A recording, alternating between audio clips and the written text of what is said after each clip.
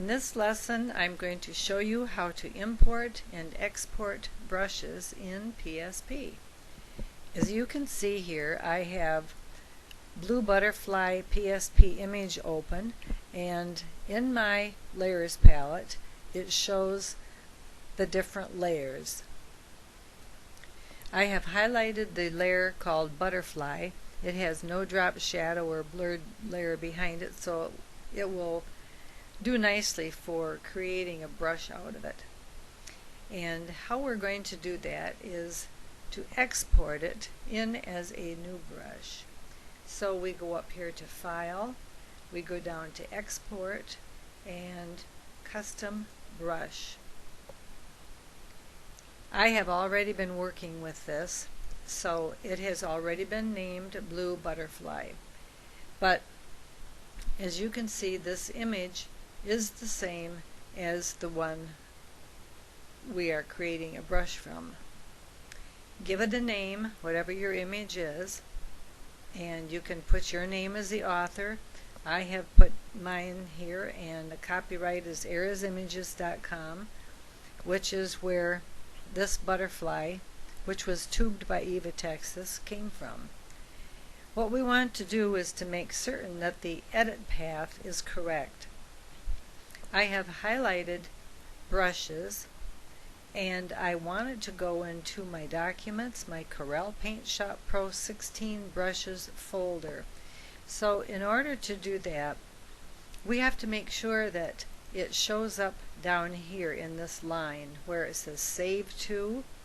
We are going to do the drop down, and you just click on where you want it to save, and this is in the proper file path. So now I click OK, and I'm ready to click OK here. And because I've done it before, I'm just going to click OK on this, but you click OK on here on yours and it will be fine. So I'll cancel this out. Now we will go to my Corel 16 brushes folder, and here it is, Blue Butterfly, and we know that it has been entered into our brushes folder correctly. The next thing I'm going to do is to test it out. So let's do a transparent image and find it in our paintbrush files, and here it is. So we click on it, we click OK, and we left click it, and we come up with this pretty gradient butterfly. And the reason for that is I have chosen a gradient in my foreground box up here. I have also a solid background, and we can very easily create this in a solid background. Let's just drop the size a little bit and right click as a solid background, and you can see that that's what happens when you use a solid background. So that is what you do once you have your brushes created. There's just no amount of things you can do. You can rotate it, and let me just give you a little sample of that by rotating it. You see how it does that? So that is just a really versatile way to use your brushes. Another way to do brushes is import them into your PSP. Now this is totally different. I have gone on the internet and I have found many brushes that I like, and I want to import these.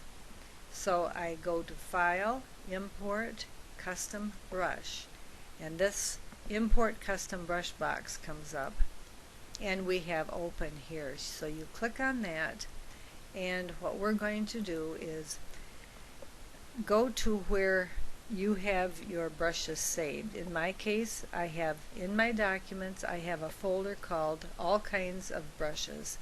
I click on that, and I do have all kinds of brushes in here.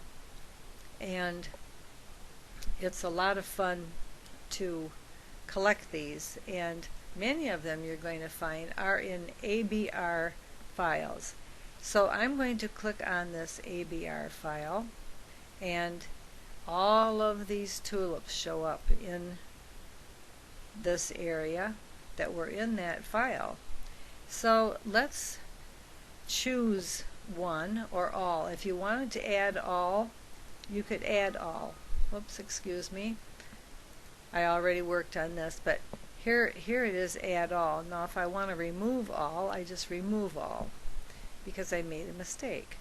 So what I'm going to do is just highlight the one and click add.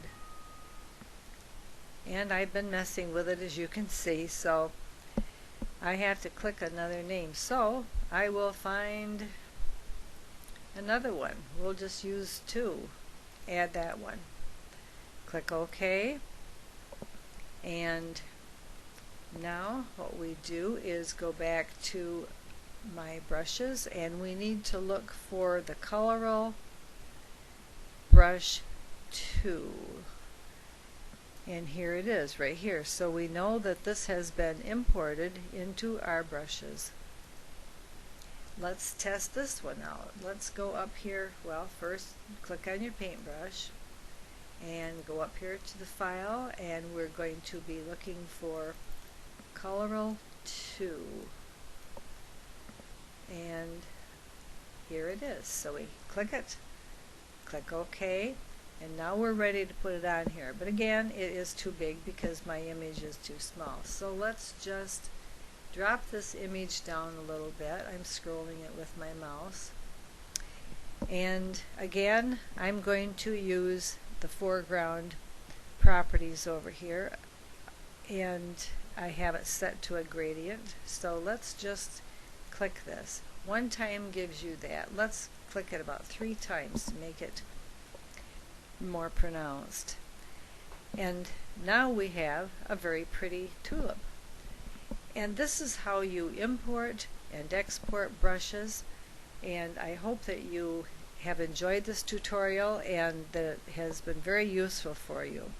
Thanks for watching.